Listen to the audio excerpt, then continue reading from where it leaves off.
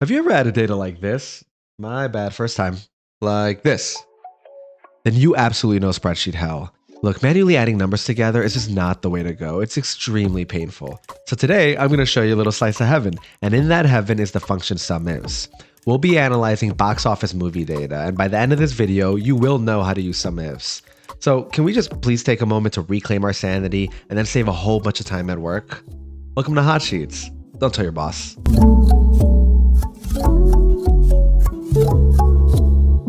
Think about the times you're working in Excel, and all you're really trying to do is add numbers together. The tricky part is if you want to be selective and consider only rows that meet certain conditions, like only adding revenue for a certain territory. Doesn't it come up all the time? And that's why SUMIFS is one of Excel's powerhouse functions. It does exactly this. Okay, so let's put a little intuition for what SUMIFS actually does, and it's pretty easy. It does two things. Its first job is to keep rows you want and kick out rows you don't. It's like the Tinder swipe right, swipe left of the Excel world. I mean, think about it. It's the same exact concept. So if a row doesn't meet your condition, SUMIFS swipes left and kicks it out. Otherwise, it keeps the row. Hey, general aside, hold on to that idea. It comes up a lot when working with data. All right, its second job, super easy. It's to add together values found in the leftover rows. And that's it.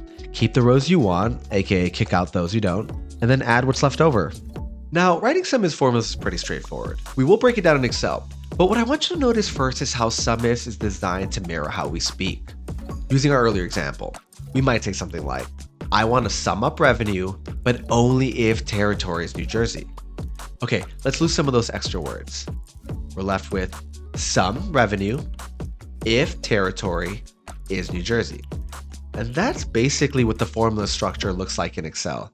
All right, that's a base example, and your life is probably more complicated.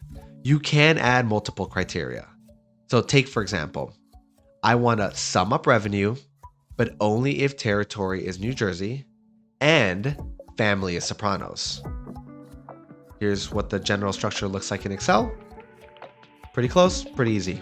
So now that we've built some intuition, let's get into Excel to see how it really works over there. Of course, before we start writing formulas, let's take a moment to understand the data we'll be working with. And I really like this data. We're looking at the top global box office movie hits since 2016. In the first column, we have movie title. Clearly, the Marvel Universe is making a strong showing. You have Avengers and Spider-Man, and dang, check out these recent hits, Barbie and Super Mario. Okay, so then following movie title, there are three more columns. There's movie release year, box office ticket sales labeled as revenue, and MPAA rating labeled as rating. Let's start with a simple question. How about this? What was the total box office revenue for movies released in 2023? But before we write in Excel, let's first say out loud what it is we want to do. I want to sum the revenue if the release year is 2023. Drop some of those extra words. Sum revenue if year is 2023. And the basic Excel structure in that order is going to be SUMIFS revenue, comma, year, comma, 2023. Now let's build our formula in Excel. So we'll write equals SUMIFS, open parentheses. Let's reference the data that revenue represents. So that's from D5 to D83, comma. Now we need to specify the year. So from C5 to C83, comma. And that's going to equal, let's type in the number, 2023. And it works, perfect. Okay, so next we might want to check something like what total revenue is for movies with the rating PG-13. And we'll start to build our formula. We'll write equals SUMIFS. Where's our revenue data? That's again from D5 to D83. Where's our rating data? That's an E5 to E83. And what should it be equal to? And we're going to type PG-13. Okay, if I've lost your attention for even a little bit, right now is the time to bring it back because this is so important. Whenever you're writing text inside of a formula, you have to put it in quotation marks. It's the only way that Excel understands that what you're writing is text and not referring to some other cell like PG-13. PG-13 here is text that we have to put in quotation marks. And having a number as part of the text doesn't make it not text. So we're going to go ahead and write quotation marks around the PG-13. Then we'll hit enter And bam, it works. $47 billion for PG-13 movies. That's pretty wild. Now, I want to scratch your itch a little bit and tell you what happens if we take away the quotation marks. And look, it says the total is 0, which is obviously wrong. So remember, text inside of formulas has to have quotation marks. Okay, so we're able to write a couple basic SUMIFS formulas. Now what I'm going to show you is 2 ways to improve your formula writing. And it'll help not just with writing SUMIFS, but with all formulas in general. Specifically, it'll help making formulas simpler, easier to read, and help minimize errors in the future. Okay, so tip number 1, using whole column references. I'll show you what that means in a moment. But remember how we had to select revenue and year by selecting and dragging down the data set? That was already kind of annoying, but even worse, it's a dangerous practice. And here's why. If you were to add data to your data set, say like movies prior to 2016, our formula does not include the new data. That means SUMIFS won't ever get the chance to swipe left and swipe right and then add. And in this situation, it'll lead us to the wrong total. A better way to do this is to select the whole column. Rather than D4 to D83, we can specify column D. Excel writes it as D:D. So now, if we add data to the revenue column, our formula will pick it up. Do the same with year. While we're at it, let's fix our PG-13 sum.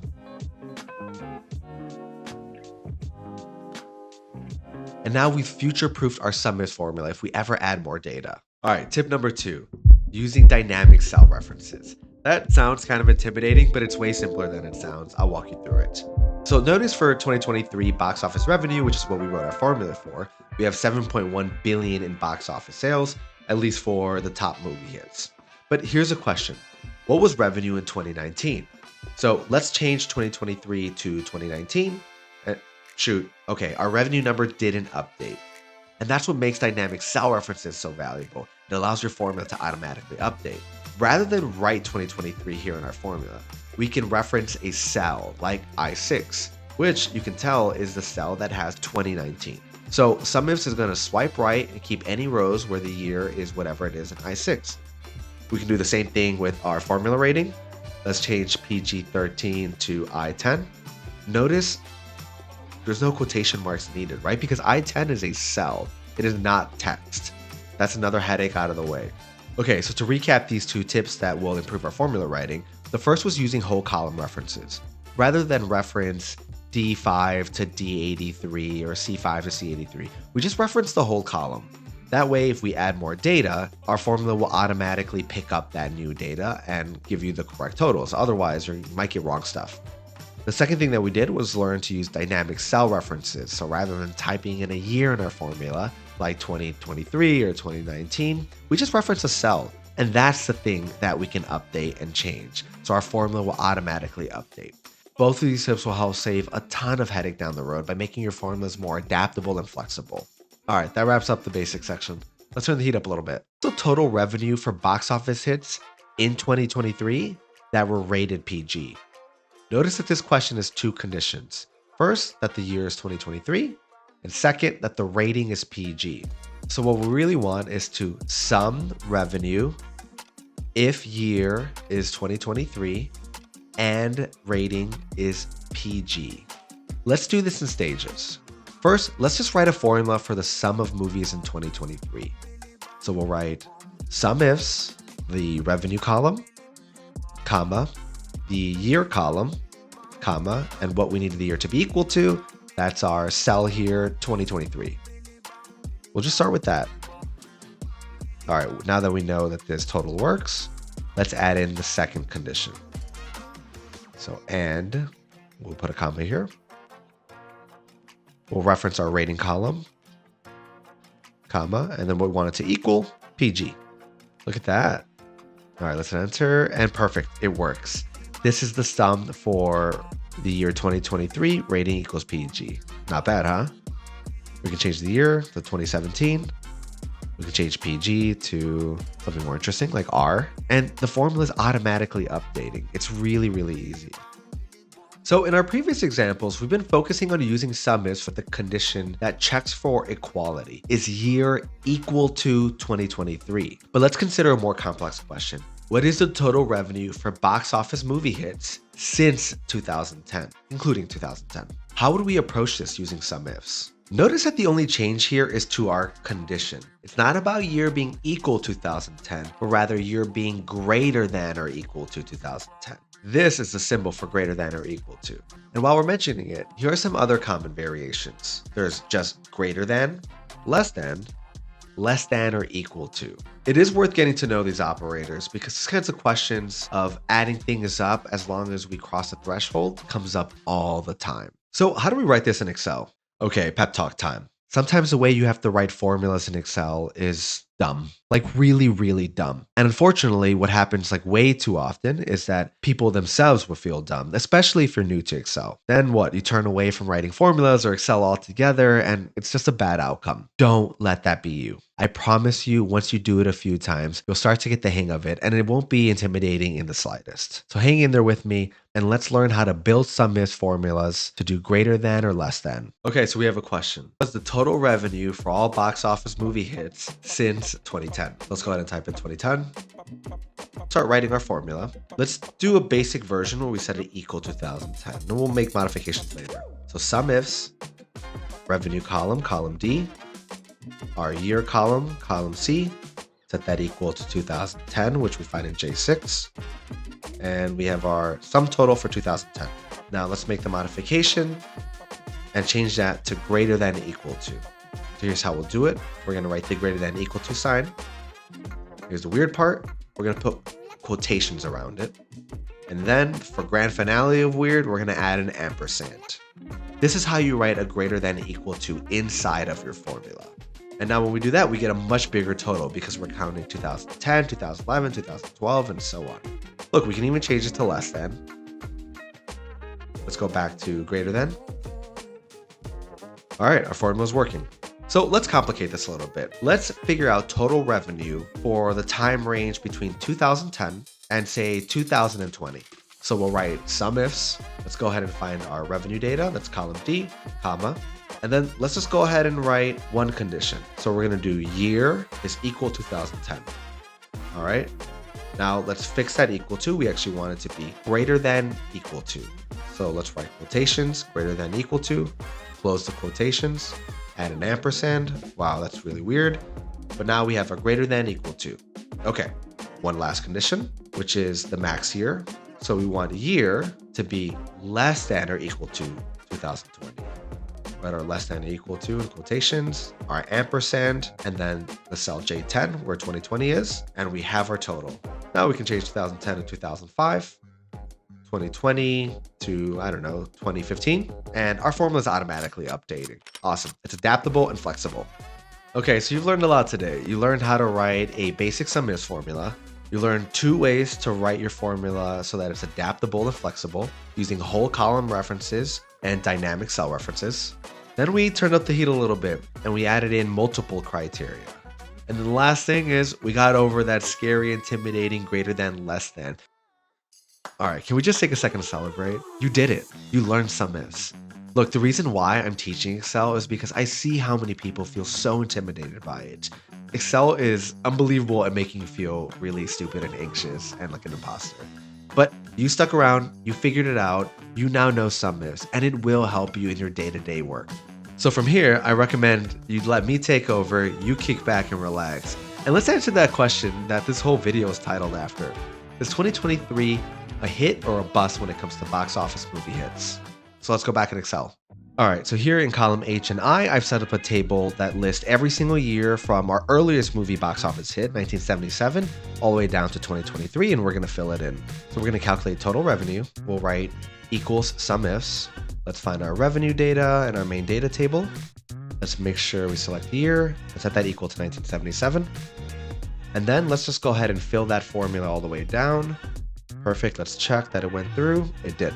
That's what we would expect. All right. I've hid a chart here that is now being auto-populated. Check this out. Whoa.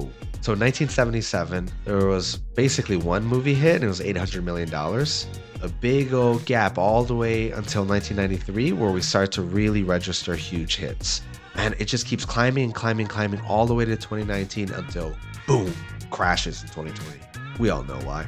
Now, since then, 2021 was not great, but better. And then we get to 2022, we're up to 9.7 billion, getting better. And we would expect a bigger 2023 year, right? Just basing it on this little trend. But we're way down by 7.1 billion. So 2023, not great. I mean, the year isn't over, but I don't think any more big box office hits are coming out with, writer strike earlier and then the actors strike. Seems like 2023's had a rough year for movies. Hey, I hope you enjoyed Hot Sheets' first video. My name is Mario Estrada. I'm the founder of Hot Sheets, but really, if we're being honest, I'm just some guy in his basement that is trying to make people feel really good about Excel. It's something that most of us have to use at work, but rarely are we trained on. It's just a recipe to make you feel like crap. So if that's you, I hope you enjoyed this video, but I have a favor to ask you. Comment below.